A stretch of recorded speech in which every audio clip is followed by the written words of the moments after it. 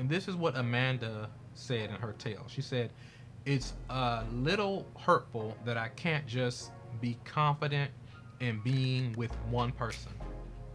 That I gotta look over my shoulder looking at these girls on Instagram, and it's hard sometimes because I don't have all that they have. And the sex has become my superpower. It's like sex is where I'm finding my worth. That's the one thing that I know I can make you keep coming back to. That at the end of the day, even if you don't want me, even if you don't really want me, I know you're gonna want that. In one way, it's empowering. In another way, it's sad. I feel moments of sadness knowing that just me alone and who I am is not enough." And I think that is perfectly emblematic of relationships today.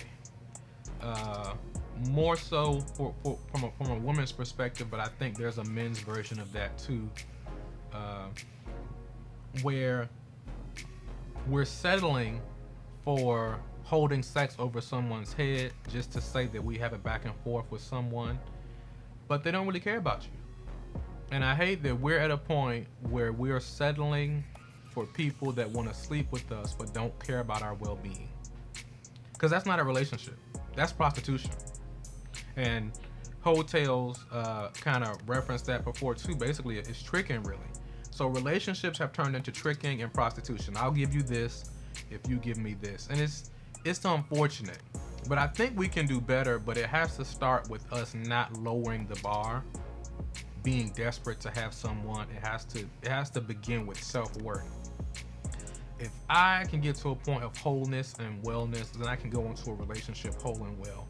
It doesn't mean it'll be perfect, but I can be sober-minded in what my intentions are, articulate them clearly, and hopefully find someone that matches that. And if we're both moral people, if we're both not liars and telling the truth about where we're trying to go, we can build something even though it may be difficult. But we're not even getting past that first checkpoint because people are just smashing and passing. And that is what relationships have been reduced to. And that's unfortunate. So if you're okay with just being someone's piece temporarily, then that's your choice. But I would encourage you to do the work and be patient and wait for something serious, because there's nothing out here waiting for you. I don't think there's much to pictures and videos on Instagram with the person that someone is having sex with currently. And that's kind of what it's been. People are just having temporary sex partners, and maybe even multiple at one time.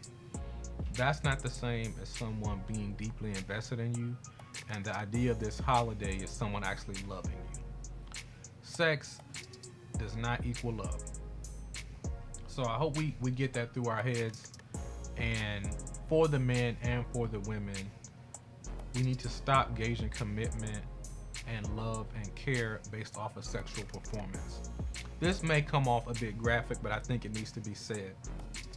It's very possible for someone that is just sexually driven to have unprotected sex with you but not actually care about you.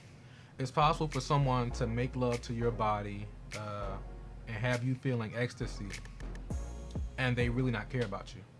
It's possible for someone to say things during sex that point to commitment and love and care, and they still not take you seriously. I can speak on behalf of men.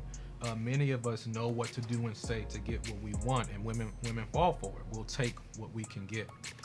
But I think once again, it's important to understand that many of us can disconnect our intentions from our actions. I may not have the intention of being with you long term, but I'll say and do what needs to be done to get what I want right now. And for many of us, that's sex. And people get fooled by that all the time. So stop judging someone's commitment to you and value of you based off of their sexual performance, because that stands completely outside of how we view you as an individual.